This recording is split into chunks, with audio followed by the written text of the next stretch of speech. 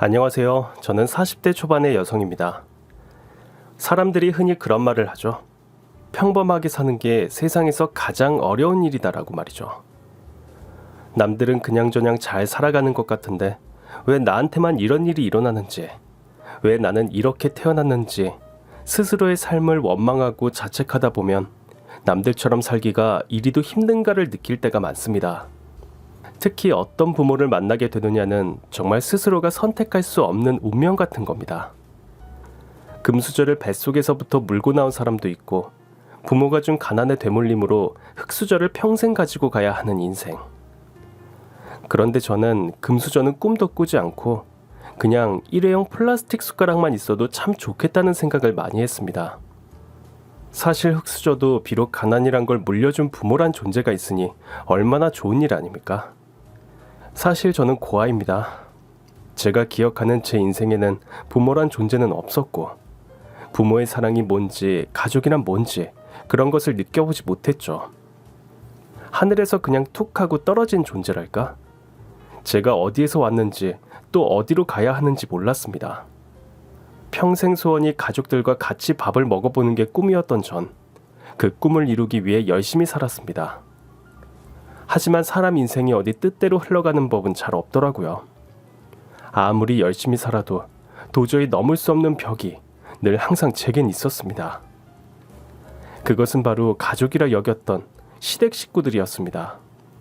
시댁 식구들은 절대 가족이 될 수 없다는 말이 있지만 전 시댁 식구들이 저한테 뭐라고 하든 이젠 혼자가 아니라는 생각 때문에 너무 좋았습니다.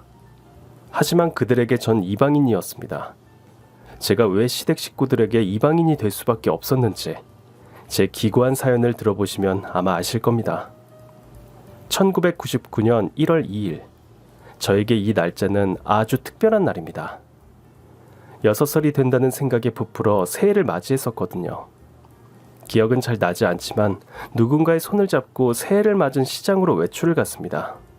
요즘은 잘 보기 힘든 뻥튀기 아저씨며 엿장수, 제 기억엔 각종 군것질이 너무 많아 뭘 먹을까 고민했던 것 같습니다.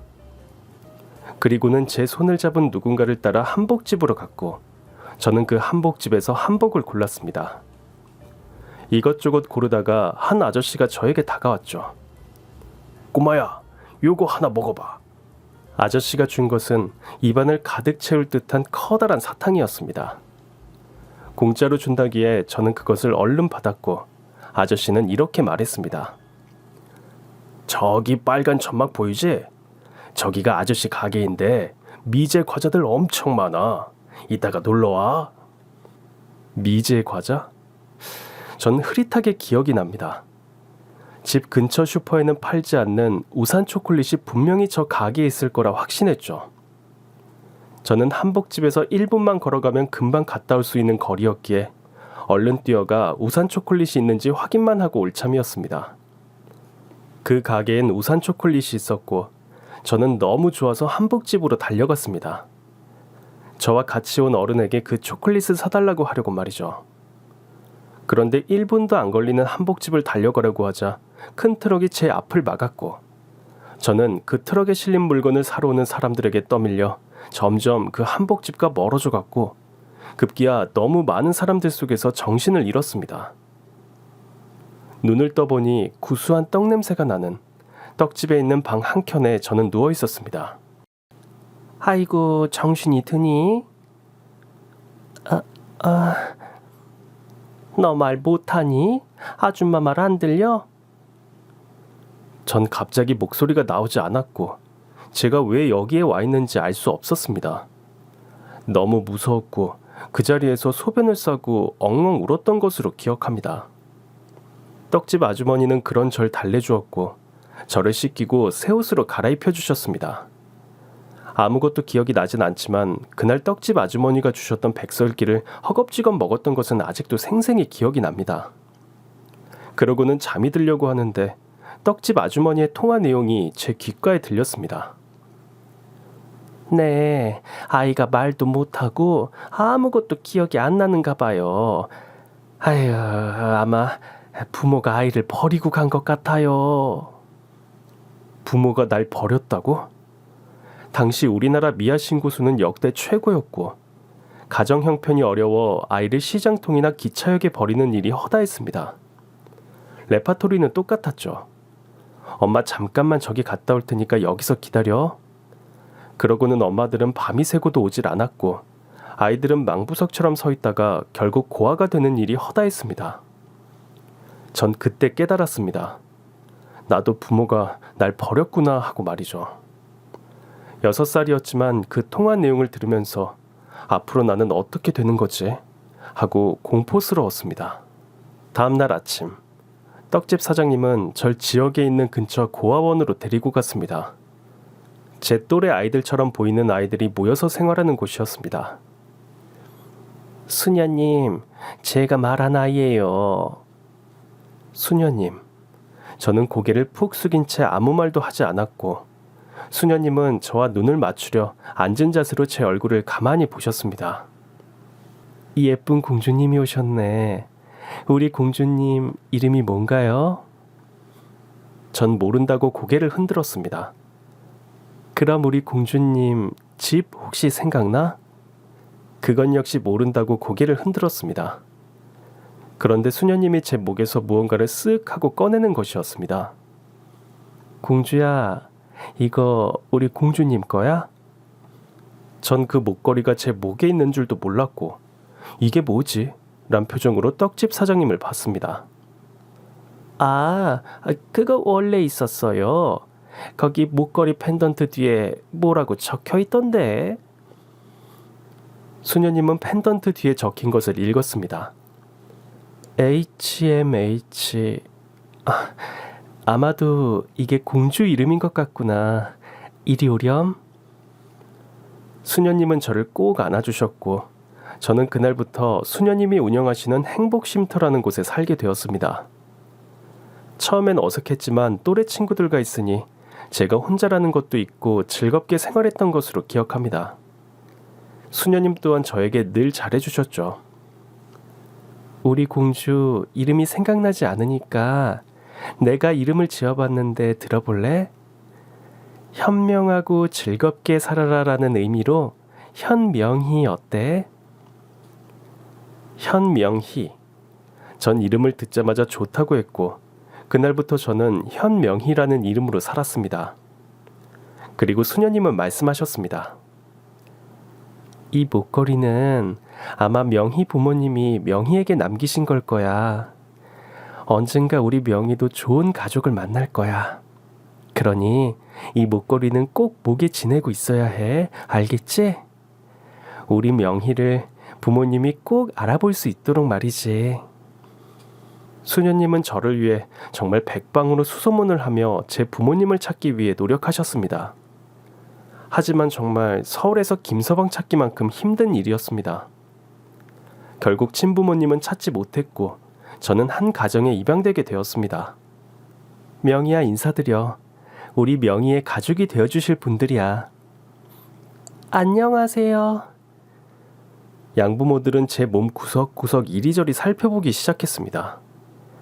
저는 꼭 무슨 소시장의 소처럼 이놈 가격을 얼마나 매겨야 하나, 이놈을 데리고 가야 하나 그들에게 검사를 받았죠.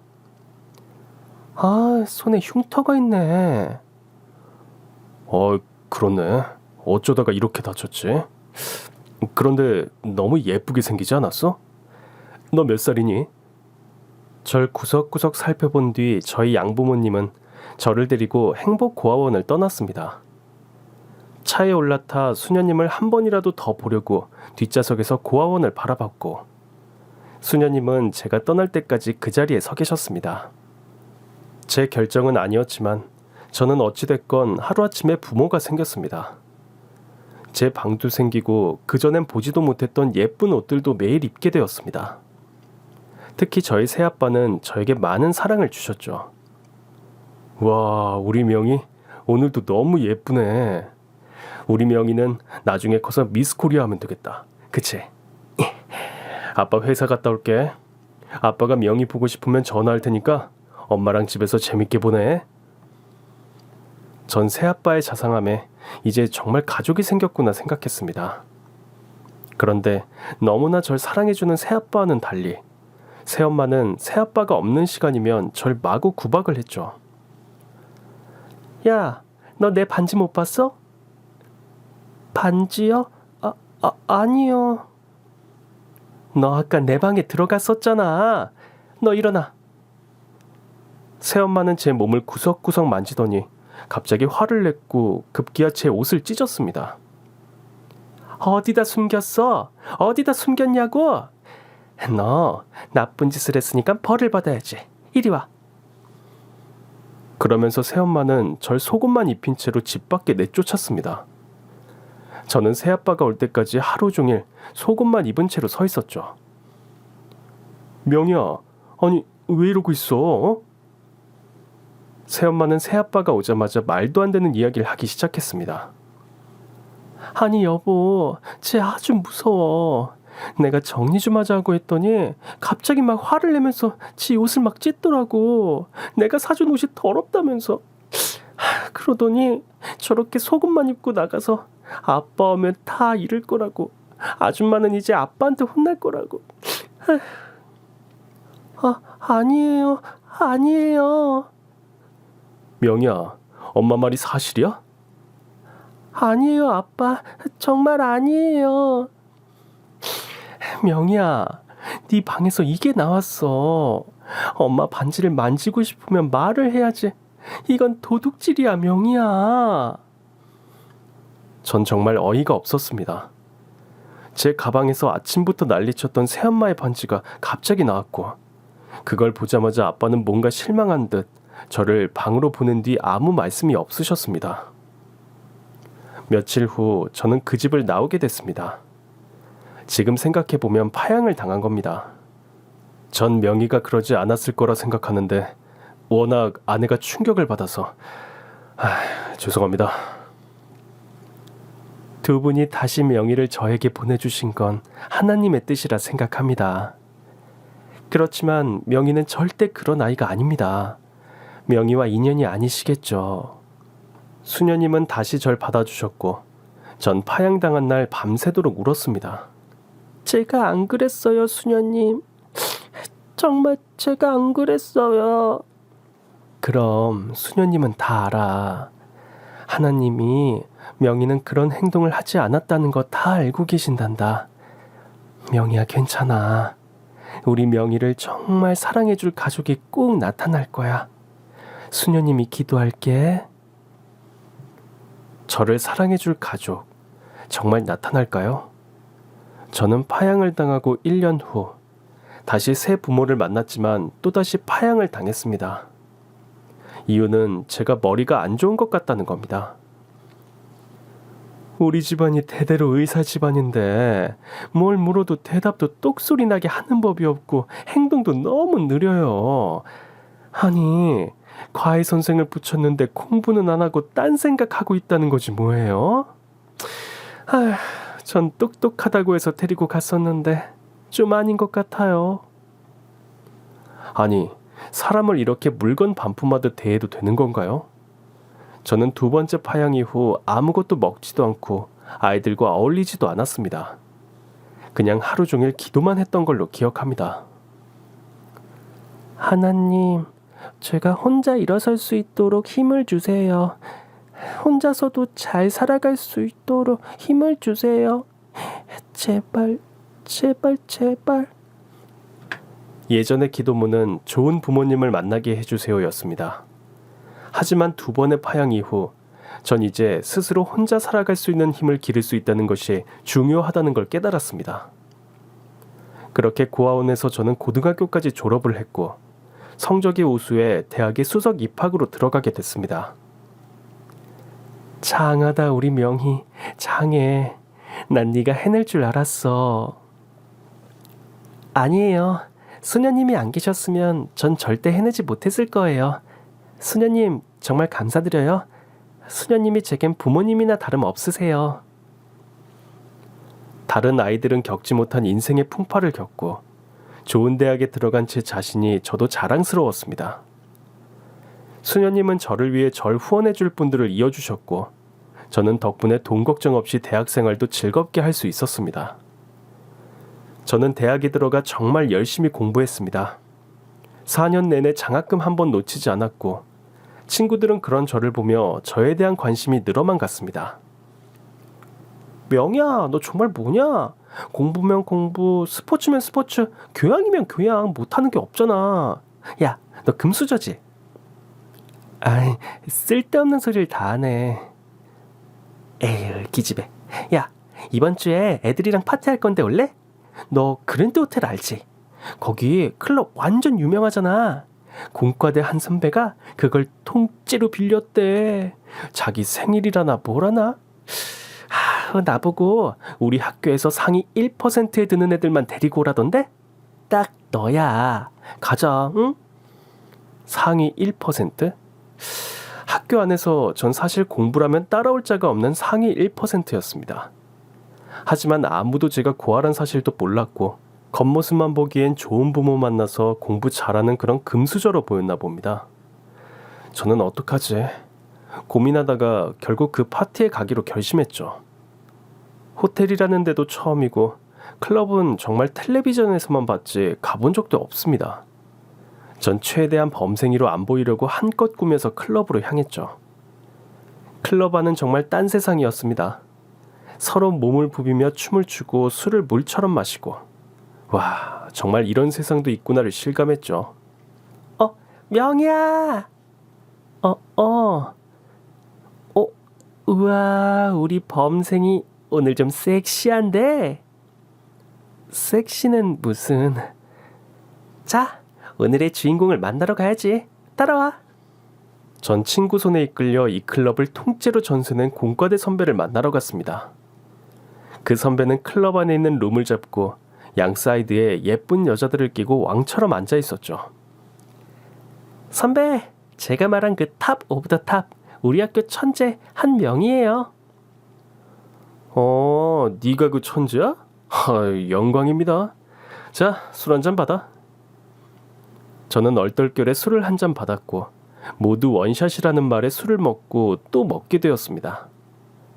어느 정도 취기가 올랐고 선배는 어느새 제 옆으로 다가왔습니다. 야, 너 완전 섹시하다. 난 머리 좋은 여자가 진짜 섹시하더라. 너 내 거 하자, 응? 선배, 술이 많이 취하신 것 같아요. 아니, 나 그 어느 때보다 멀쩡해. 명희라고 했나? 너 나랑 잠깐 산책할래? 저는 선배의 손에 이끌려 클럽 밖으로 나갔고 선배는 산책하자고 해놓고선 호텔 카운터로 직행했습니다. 그리고는 룸키를 들고 저에게 다가왔죠. 가자, 전망 죽이는 대로 잡았어. 산책 가자면서요. 방에서 야경 보면서 둘이 있는 것만큼 좋은 산책이 어딨어. 따라와. 싫어요. 뭐? 싫어? 절 좀 잘못 보신 것 같네요. 저 집에 갈래요. 야, 너 뭐가 그렇게 잘났어? 뭐라고요? 너 같은 것들은 나같이 돈 많은 남자 만나서 인생 역전하는 게 꿈 아니야? 너 그 입 한 번만 더 놀려봐. 내가 가만히 안 둘 테니까. 이 기집애가 확 어디서... 내가 너 여기 왜 데리고 온 줄 알아? 너 부모 없잖아. 너 고아인 거 아는 애들은 다 알아. 너 같은 거 건드려서 문제 될 것도 없고 넌 살면서 꿈도 못 꿀 이런 데도 와보고 서로 윈윈 하는 거지, 안 그래? 야! 저는 그 자리에서 선배놈의 거시기를 걷어찼고 그놈은 그 자리에서 주저앉고 말았습니다. 그리고는 한마디 해줬죠. 야, 너 같은 걸 낳고 미역국 먹은 네 부모가 불쌍해. 난 이 학교 탑이야. 부모 같은 거 필요 없어. 난 고아라도 너보다 잘 먹고 잘 살 자신 있다고. 저는 호텔 로비에서 고래고래 고함을 질렀고 그 모습을 클럽에 초대된 학교 학생들이 다 지켜보고 있다는 걸 나중에 알았습니다. 저는 그날 이후 철저히 왕따가 됐습니다. 고아 출신의 성격만 드센 독한 년이라고 학교에 소문이 났죠. 친구들은 전염병 없는 것처럼 제 곁에 오는 걸 다 피했고, 저는 속이 상하고 분했지만 분노는 절 더 성장하게 했고, 결국 대기업에 입사 원서를 넣게 됐습니다. 마지막 면접을 앞둔 날, 전 면접 전 저에게 올 질문들을 연습했습니다.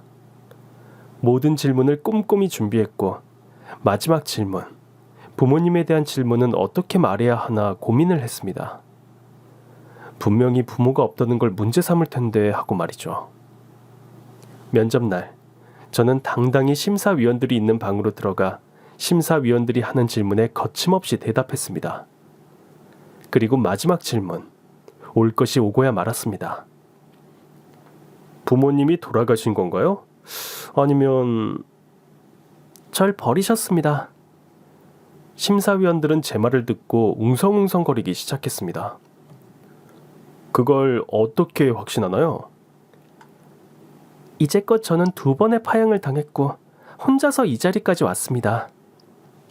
단 한 번도 저를 찾는 부모는 없었고, 저는 그날 이후 부모가 절 버렸다고 생각하고 오로지 제 힘으로 살아야겠다고 결심했습니다. 그런데 제가 고아라는 것이 입사하는 데 문제가 됩니까? 문제가 된다면 지금이라도 이 면접장을 나가겠습니다. 저의 이 당당함은 오히려 심사위원들에게 플러스가 되었고, 저는 남들이 그렇게 부러워하는 대한민국 최고의 대기업에 입사를 하게 됐습니다. 하지만 고아라는 타이틀은 언제나 저의 꼬리표처럼 따라다녔습니다.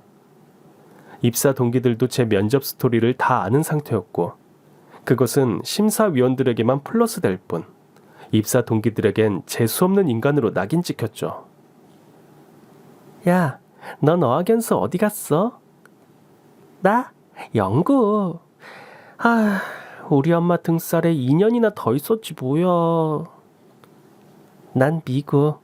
거기서 눌러 앉으려고 했다가 엄마가 들어갈 회사 자리 있다면서 오라고 해서 왔어. 자긴 어학연수 어디 갔다 왔어? 난 안 갔어. 안 갔다고? 우리 회사 어학연수 안 갔다 오면 잘 못 들어오는데. 난 어학연수 갔다 온 애들보다 영어는 더 잘해. 프리토킹도 가능하고. 프리토킹? 너 그럼 외국 나가봤어? 아니, 그 흔한 외국 여행도 안 나갔으면서 프리토킹이 가능하다고? 어떻게 확신해? 회사에 제출해야 할 영어 점수, 자격증, 어느 것 하나 모자란 거 없어. 그러면 된 거 아니야? 웃기시네. 아무리 이론상으로 잘한다고 하면 뭐하니? 경험이 있어야지, 경험. 안 그래? 그렇지. 근데 아무리 대학에서 탑 찍어도 부모 백 없이 대한민국에서 살아남는 건 거의 불가능하다고 봐. 부모 백이라는 거 난 한 번도 본 적도 받은 적도 없어. 4년 내내 장학금 받았고 수석 입학에 수석 졸업까지 했어. 이런 경험 니들은 해봤니? 머리에 든 건 없고 맨날 엄마 꽁무니나 쫓아다니는 니들이 뭘 알겠니? 야, 뭐? 전 그 뭣도 없는 부모 빽 있는 여자애들과 머리채를 붙잡고 싸우기 시작했습니다. 2대1. 숫자로는 밀리지만 제가 싸움 하나는 또 기똥차게 잘했거든요. 그렇게 머리채를 붙들고 그 기집애들을 소탕하고 난 후, 전 다리에 힘이 풀려 주저앉고 말았죠. 언제까지 고아라는 이유로 이렇게 멸시와 조롱을 당해야 하는지 정말 앞날이 캄캄했습니다. 그때 누군가 저에게 커피를 내밀었습니다. 전 이게 뭐지라고 올려다봤고, 그는 너무나도 잘생긴 제 바로 직속 상관이었습니다. 무시해요. 저런 애들 이 회사에서 저런 정신으로 1년도 못 버텨요. 이렇게 현실적인 위로를 해준 사람은 정말 난생 처음이었습니다. 다들 제가 고아라고 하면 그냥 힘내라, 꿋꿋하게 잘 살아야 한다는 둥 두루뭉술한 위로만 해줄 뿐, 진짜 제가 속상한 것이 무엇인지 들여다보지 않으려 했죠. 하지만 이 남자는 달랐습니다. 명희 씨 이야기 들었어요. 그리고 우리 팀에 들어온다고 해서 얼마나 반가웠는지 몰라요. 이제 정말 능력 있는 사람과 일하게 됐구나 하고 말이죠. 앞으로 잘 부탁해요.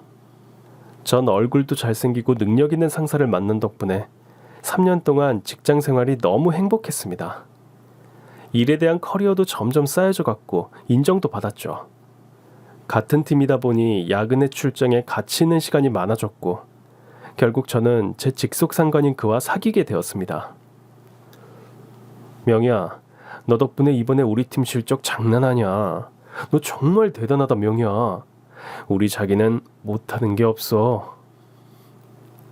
자기가 있어서 내가 할 수 있었던 거야. 자기 없었으면 난 이 회사에서 버티지도 못했을 거야. 나도 마찬가지야. 명희야, 나 할 말이 있는데 우리 좀 더 진지한 관계로 발전해 보는 건 어떨까? 지금도 우리 진지하게 사귀고 있잖아. 더 진지한 관계? 그게 뭐야? 내가 좀 둘러서 한 말이긴 한데 직설적으로 이야기할게. 나 너랑 결혼하고 싶어. 뭐라고? 저는 결혼이라는 말이 너무나도 생소했습니다. 저에겐 부모도 없었고 그 흔한 형제도 없었습니다. 하지만 우리나라에서 결혼을 한다는 것은 가족과 가족의 결합이라고 생각했었습니다. 하지만 저에겐 그런 조건이 갖추어지지 않았죠. 저는 당시 남편의 말을 듣고 너무나도 기뻤지만 거절할 수밖에 없었습니다. 나도 자기랑 평생을 함께하고 싶어. 솔직히 내가 더 자기를 좋아하는 것 같아. 이 회사에 3년 동안 다니면서 자기가 알게 모르게 나 지켜준 거 다 알아. 이런 남자라면 내가 인생을 함께 해보고 싶다는 생각도 했었어. 하지만 자기야, 내가 고아잖아. 부모 없는 고아. 내가 고아라는 걸 부끄러워한 적은 한 번도 없지만 내가 고아라는 사실을 자기 부모님이 알게 되시면 자기에 대해서 정말 실망하실 거야. 난 자기가 부모님한테 좋은 아들로 남았으면 좋겠어. 나 때문에 자기가 상처받는 건 정말 싫어. 하지만 남편의 끈질긴 구애는 계속됐고 전 결국 남편의 프로포즈를 받아들였습니다. 명희야, 내가 너에게 진짜 가족을 만들어 줄게. 너한테 정말 세상에서 가장 행복한 가족이라는 게 뭔지 보여줄 거야. 내가 꼭 그렇게 만들 거야. 난 정말 자기만 믿고 결혼이란 걸 선택한 거야. 내 인생에 결혼이라는 건 없는 줄 알았어. 하지만 당신이 날 이렇게 사랑해주고 나를 소중하게 여긴다면 난 당신과 그 어떤 고난과 역경도 이겨낼 수 있을 것 같아. 나에게 이렇게 프로포즈 해줘서 고마워. 전 남편을 믿고 또 믿었지만 다시 한번 확인하고 싶었습니다. 자기야, 자기 정말 내 편이 되어줄 거지? 정말이지? 정말이지. 난 평생 자기 편이 될 거야. 그 누구가 욕을 해도 난 당신 편이 될 거야. 정말이야. 전 결국 남편의 부모님을 만나러 갔고 부모님께 인사를 드리러 가게 됐습니다. 남편은 정말 잘 사는 집안의 아들이었습니다. 남편의 집은 정말 으리으리한 궁전 같았습니다.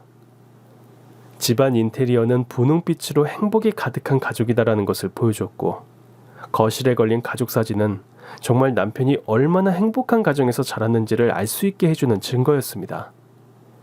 전 떨리는 마음으로 시어머니를 만났습니다.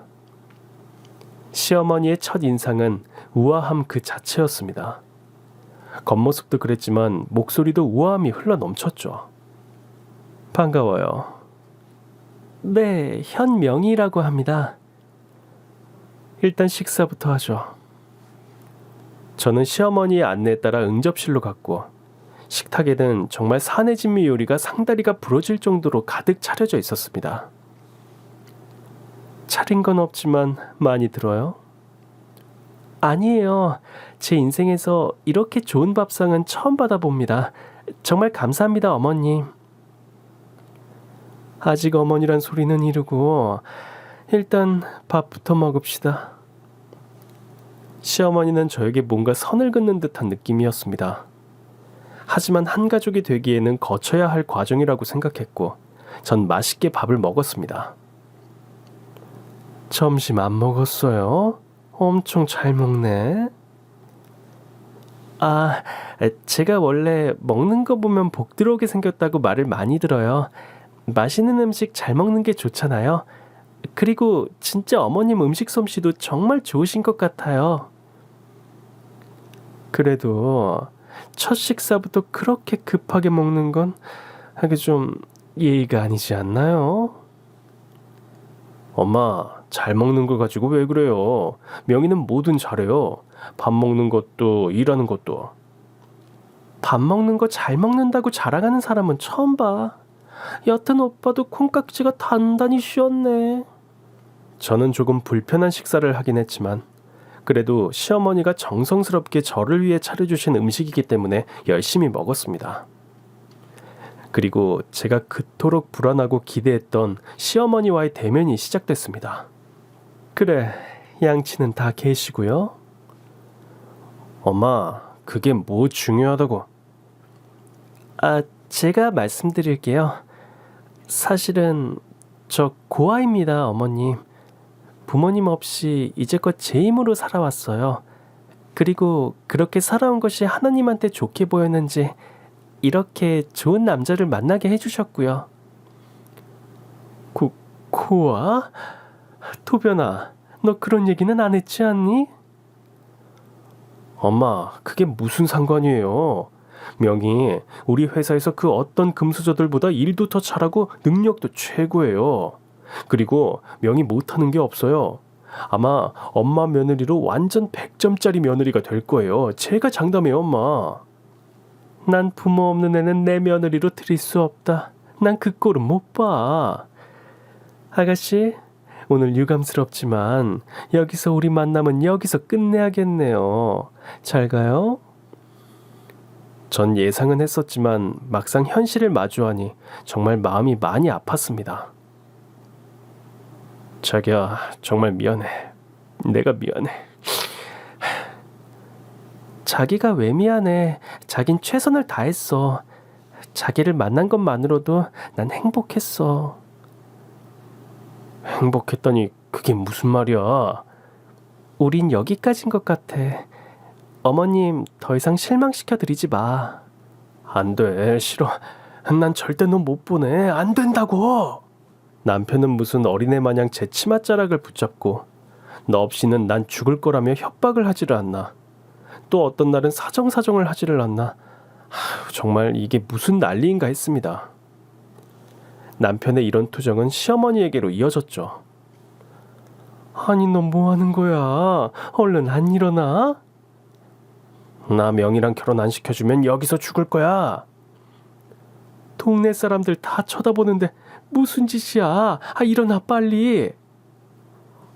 미쳤네, 미쳤어. 발가벗고 그렇게 동네 대자로 누워있으면 명희가 온대? 오빠 이러는 거 보고 더 도망가겠다. 아휴. 남편의 나체 투쟁은 결국 시어머니를 항복하게 만들었고 저는 결국 결혼의 문을 열고 나씨 집안의 며느리가 됐습니다. 하지만 나씨 집안의 며느리가 된다는 건 처음부터 호락호락하진 않았습니다. 결혼은 일륜지 대사다. 너 부모님 없이 결혼을 한다는 게 가당키나 하니? 엄마, 제발 좀. 식장 혼주석에 아무도 없이 있는 꼴은 절대 못 본다. 그러니 결혼식은 생략하고 그냥 혼인신고만 하고 살아. 난 정말 모든 걸 포기하고 너희 결혼을 허락하는 거다. 알겠니? 어머님, 어떻게 저랑 똑같은 생각을 하셨을까요? 저야 완전 땡큐죠. 결혼식 하는 거 허례허식이에요. 예식장 예약 비용에 드레스며 확장이며 사진까지. 듣기만 해도 피곤하고 너무 아까워요. 전 도변 씨랑 둘이 있는 것만으로도 행복해요. 우와, 대박. 저건 어디서 나오는 자신감이지? 아니, 바본가? 그리고 하나 더. 나씨 집안에 들어온 이상 나씨 집안 가풍을 배워야 하니 당분간 분가는 꿈도 꾸지 마라. 알겠니? 분가라뇨. 시어머니랑 산다는 건 저에게 정말 행운이었죠. 아니, 남들은 대출이다 뭐다해서 영끌에서 집 사는데 저는 시어머니가 해주는 밥에 집에 와, 완전 대박이죠. 그래서 전 시어머니를 지극정성으로 모셔야겠다는 결심을 했습니다. 그런데 전 나씨 집안의 며느리로 들어온 것이 아니라 나씨 집안의 노예나 다름없었습니다. 시어머니의 시집살이, 아니 착취는 그야말로 상상 그 이상이었습니다. 난 네가 일하는 것을 적극 지지한다. 하지만 네가 내 집에서 사는 동안 그에 대한 성의는 보여야 하지 않겠니? 그렇죠, 어머님. 집안일도 잘해낼 테니까 많은 지도 편달 부탁드립니다. 전 웃는 사람한테 침 못 뱉는다고 어머님이 차가운 얼굴로 저한테 뭐라고 하시든 늘 씩씩하고 웃는 얼굴로 어머님을 대했습니다. 혼인신고 후 저는 일주일 휴가를 냈고 회사 출근을 준비하던 전날이었습니다. 자기랑 있으니까 너무 좋아. 이리 와봐. 아, 왜 그래? 그런데 갑자기 저희 방문이 벌컥하고 열리는 게 아니지 뭡니까? 바로 시어머니였습니다. 너 지금 뭐하니? 네? 내일 아침 준비 안 해놓고 잘 거니? 지금 네 신랑이랑 노닥거릴 시간이 어딨어? 내가 회사 출근하는 것까지 허락해 주었더니 완전 지 멋대로구만. 내일 반찬할 거 메모해뒀으니 준비 다 해놔. 아침 식사 안 차려놓고 나가면 너 출근은 꿈도 꾸지 마. 알았어? 전 아침은 간단하게 먹겠거니 하고 아침에 좀 일찍 일어나서 준비해야지 했습니다. 출근 3시간 전 제일 일찍 일어나 부엌으로 갔고 메모지를 보고 놀라 자빠지는 줄 알았습니다. 아침 식사 메뉴라고 하긴 너무 과한 반찬들이었습니다. 이게 뭐야? 잡채, 굴무침, 오색전, 갈비찜, 황태 북엇국. 참고로 황태는 직접 두드려서 손질해야 한다? 이걸 아침에 다 먹는다고? 전 큰일 났다 생각했습니다. 출근 시간 전까지 이 모든 걸 해내야 한다니. 저는 일단 해보자는 마음으로 식사를 준비했고 정말 사람한테는 자기가 모르는 능력이 있구나라는 것을 아침 식사를 차리며 생각했습니다. 다 됐다. 분명히 8시까지 아침 식사를 차리라고 했는데 어머님과 시누이는 일어날 생각을 하지 않았습니다. 전 출근 시간이 바빠 음식을 차려놓고 맛있게 드세요라고 메모를 남기고 출근을 했습니다.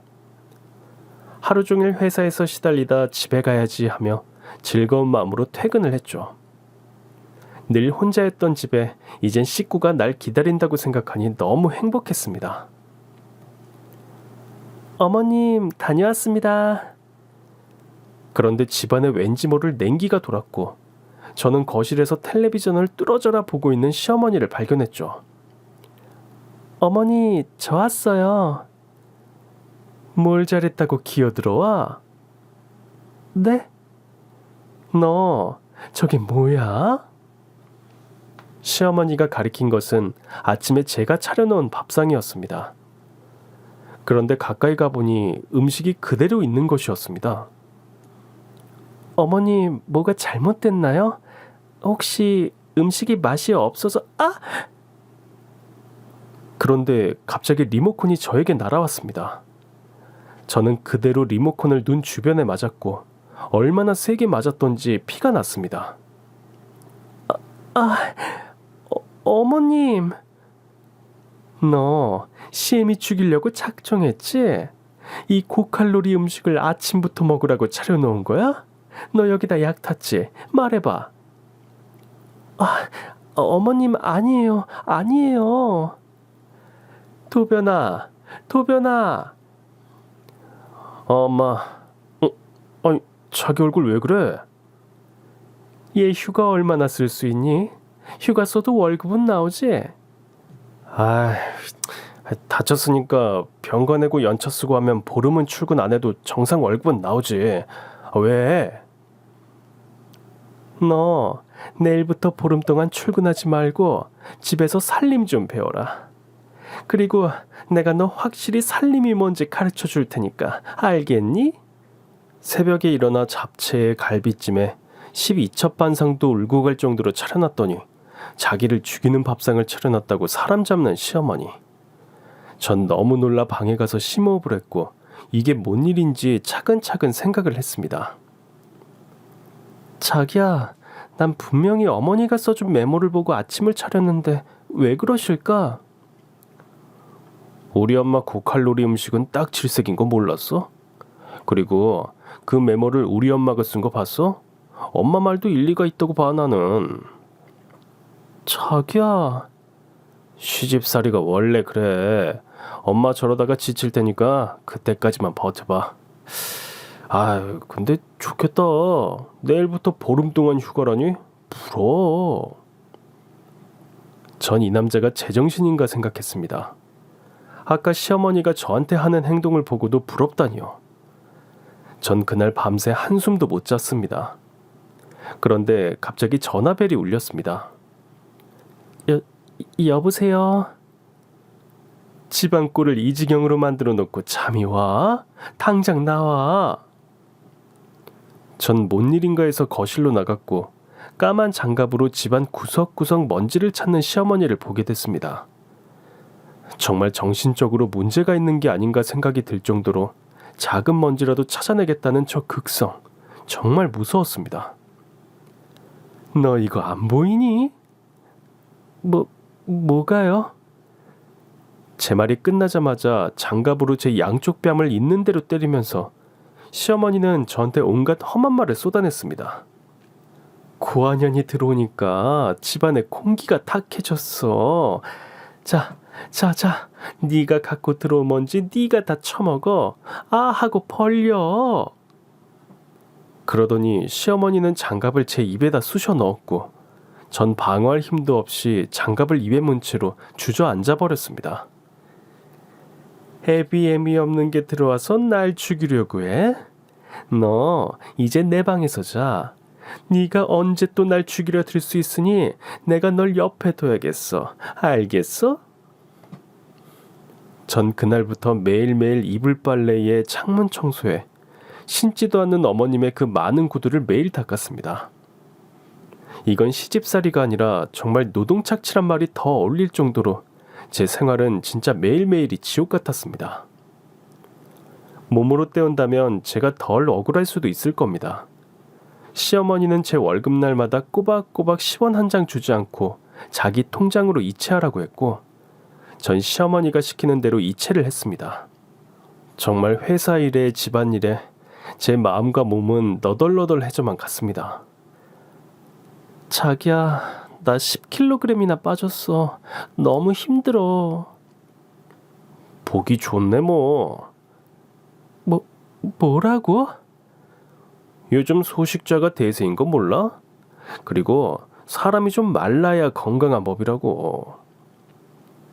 누구 때문에 이렇게 살이 빠졌는지 몰라? 그건 자기 하기 나름인 거야. 아 참, 자기야, 차 좀 바꾸려고 하는데 이거 어때? 죽이지? 우리가 돈이 어딨어. 어머님한테 다 바치는데. 엄마가 사준다는데? 뭐? 전 너무 어이가 없었습니다. 저한테는 돈 한 푼 안 주고 제가 벌어온 돈은 다 갖다 바치고 심지어 전 속옷 살 돈도 없어 떨어진 속옷을 입고 다녔습니다. 그런데 남편은 차를 바꾸다뇨. 전 이건 아닌 것 같아 시어머니에게 따지러 갔습니다. 어머님, 아직 도변씨 차 멀쩡해요. 그리고 전 지하철 타고 다니고요. 지금 저희 돈 모아야 하는데 저는 어머님 믿고 제 월급 다 드리고 있어요. 어머님, 도변씨 차 바꾸는 건 다시 한번 생각해 주세요. 너 지금 시애미한테 따지는 거냐? 그게 아니고요, 어머님. 묻는 말에 대답이라도 한번 하면 늘 저한테는 뭔가 날아왔습니다. 리모컨으로 시작해 파, 장갑, 걸레, 신발. 시어머니는 화가 나면 무조건 던지고 시작을 했죠. 그날도 먹던 뜨거운 유자차를 제 얼굴에 그대로 부었습니다. 아, 뜨거울 건데. 네가 지금 누구 덕에 이런 집에 사는 줄 알아? 네 쥐꼬리만한 월급으로 이 집 유지하는 거 택도 없어. 감히 어디다 대고 꺼져. 전 얼굴이 너무 따가워 그 길로 병원으로 갔고 얼굴에 화상을 입었습니다. 화상 연고를 덕지덕지 바른 제 모습을 보니 너무 불쌍하고 초라했습니다. 그런데 웃긴 건 뭔 줄 아세요? 그렇게 자존심이 세던 제가 그것도 가족이라고 차마 떠날 수가 없었습니다. 만약 떠난다면 전 또 혼자가 될까 너무 무서웠습니다. 다음날 갑자기 제 얼굴 위로 무언가 차가운 게 툭 하고 떨어졌습니다. 아, 엄마야. 네가 엄마가 어딨어. 완전 웃겨. 이런 시애미가 어딨냐? 며느리 다쳤다고 얼음주머니 만들어주고, 아휴, 내 아들 차 사준다고 그렇게 질투를 하니 내가 그 말을 듣고 마음이 아파 죽겠더구나. 자, 얼른 옷 입어라. 네? 엄마가 백화점 가재. 빨리 옷 입어. 백화점? 전 무슨 일인가 싶어 일단 옷을 챙겨 입었습니다. 얼굴도 아프고 온몸이 쑤셔 나가기 싫었지만 시어머니 말을 또 안 들으면 정말 절 죽일 것 같아서 외출 준비를 했습니다. 백화점 정문에 도착하자마자 시어머니는 갑자기 쇼핑백 안에서 다 떨어진 신발과 냄새나는 점퍼를 제게 던졌습니다. 너 이거 입어. 네? 너는 세상에 돈 없고 가난한 사람 체험을 좀 해봐야 해. 오늘 그거 입고 우리 시중 들면서 반성해라. 알겠니? 정말 미친 사람이 따로 없었습니다. 매일매일 저를 괴롭히려고 태어난 사람처럼 어떻게 저한테 이럴 수 있는지. 저는 사람들이 다 보는 앞에서 시어머니가 준 신발과 옷을 입었고 시누이와 시어머니 쇼핑 시중을 들었습니다. 시누이와 시어머니가 쇼핑을 한창 할 때쯤 누군가 제 손을 확 잡아당기는 것이었습니다. 전 너무 놀라 들고 있던 쇼핑백을 떨어뜨렸고 절 잡은 사람의 얼굴을 보게 되었습니다.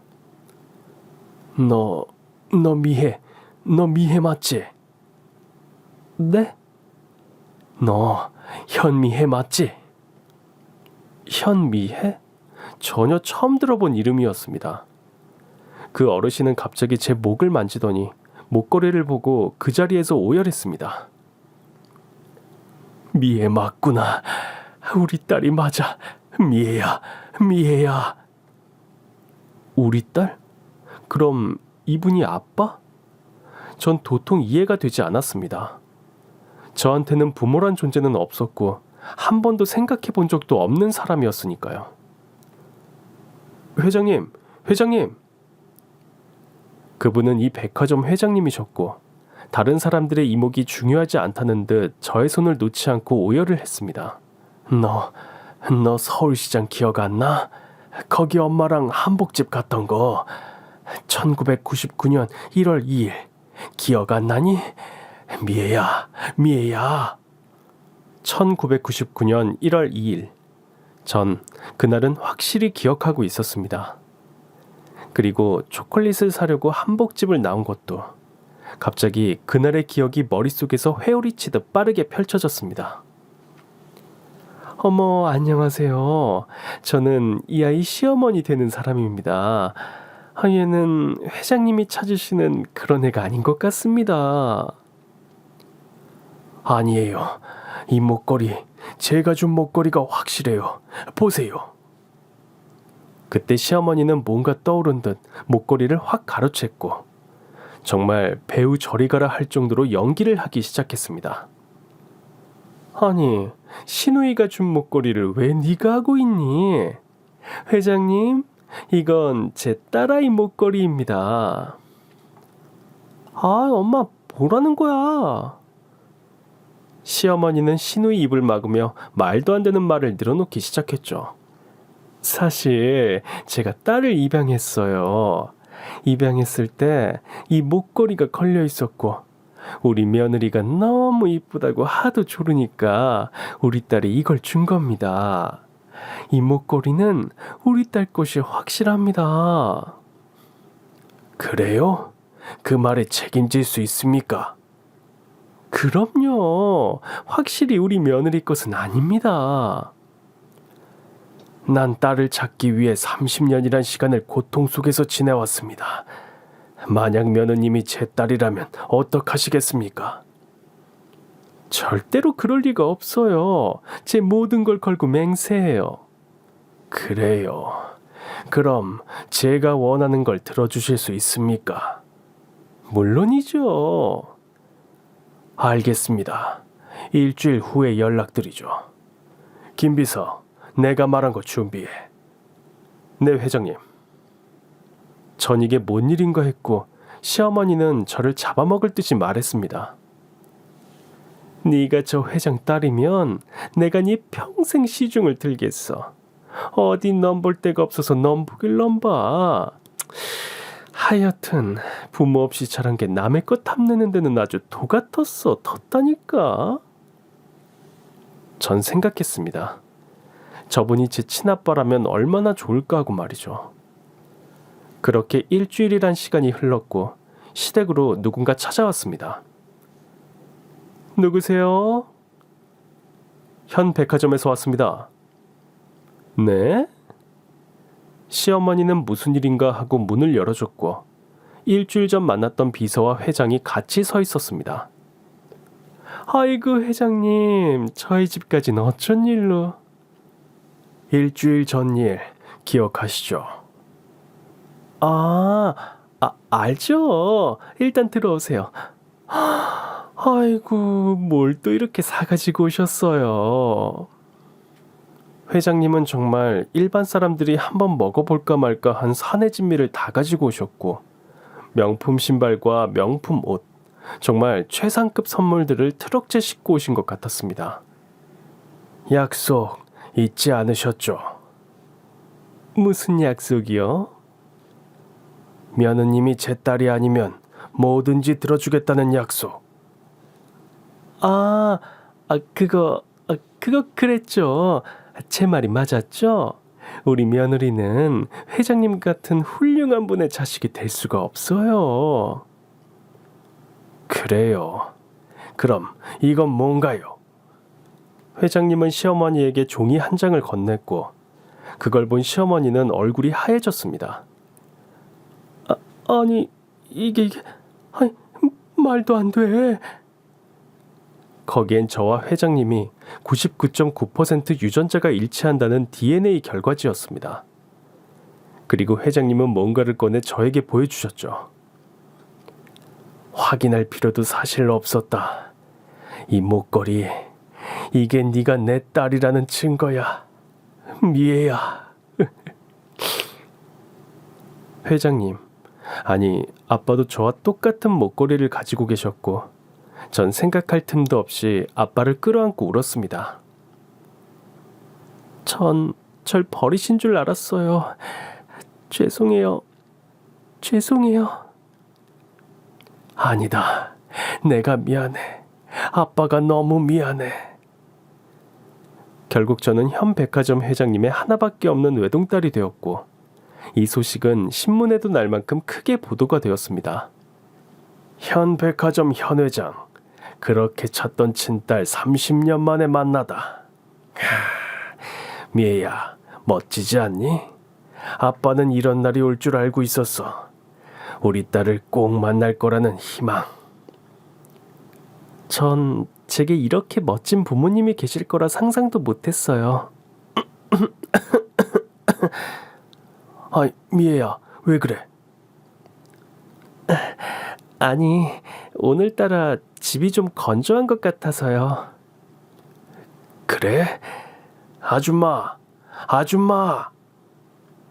아빠가 아줌마라고 부르는 사람은 다름 아닌 저희 시어머니, 아니 전 시어머니였습니다. 네, 회장님. 내 딸이 집이 건조하다잖아요. 집 청소 제대로 한 거예요? 가습기는 청소했어요? 어제 다 했는데. 아니 됐고, 온도 적정하게 해서 물이나 가져와요. 유전자 검사 후 시어머니는 아빠와의 약속으로 전 재산을 몰수당하고 저희 집에 가정부로 일하게 됐습니다. 그리고 남편은 그토록 자기가 사고 싶었던 차를 몰게 되었죠. 자기 차가 아닌 저희 집의 기사가 돼서 말이죠.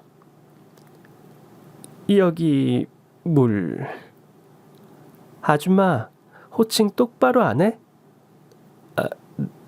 네? 아가씨 해봐. 네? 얼른. 아가씨. 그래, 잘하네. 물 온도가 적당한지 볼까? 저는 물을 마셨고 마시자마자 시어머니 얼굴에 물을 퍼부었습니다. 더러워. 아유, 네. 아줌마가 떠온 물은 왠지 더러워. 역겹다고요. 잠깐만. 전 부엌으로 가 장갑을 찾았고 시어머니에게 던졌습니다. 아줌마, 이 장갑 기억나지? 아이고, 아가씨, 한 번만 봐주세요. 아줌마, 장갑 맛이 어떤지 모르지? 내가 한번 맛보여줄게. 입 벌려. 저는 장갑을 있는 대로 구겨서 시어머니 입에 넣었고 그동안 참고 지냈던 제 억울한 인생이 한 방에 가시는 것 같았습니다. 참 인생은 롤러코스터 같습니다. 바닥을 쳤다가 갑자기 하늘 위로 오르기도 하고 또 바닥을 다시 치고 평범하게 살고 싶은데 왜 내 인생은 롤러코스터지? 라고 자신의 인생을 탓할 때가 있습니다. 하지만 여러분, 내리막길이 있으면 오르막길이 있듯이 인생이 너무 수평선처럼 쭉 간다면 너무 지루하지 않을까요? 롤러코스터 같은 인생, 지금 내리막을 걷고 있다면 언젠가 반드시 오르막이 생길 테니까 여러분, 희망을 잃지 마세요.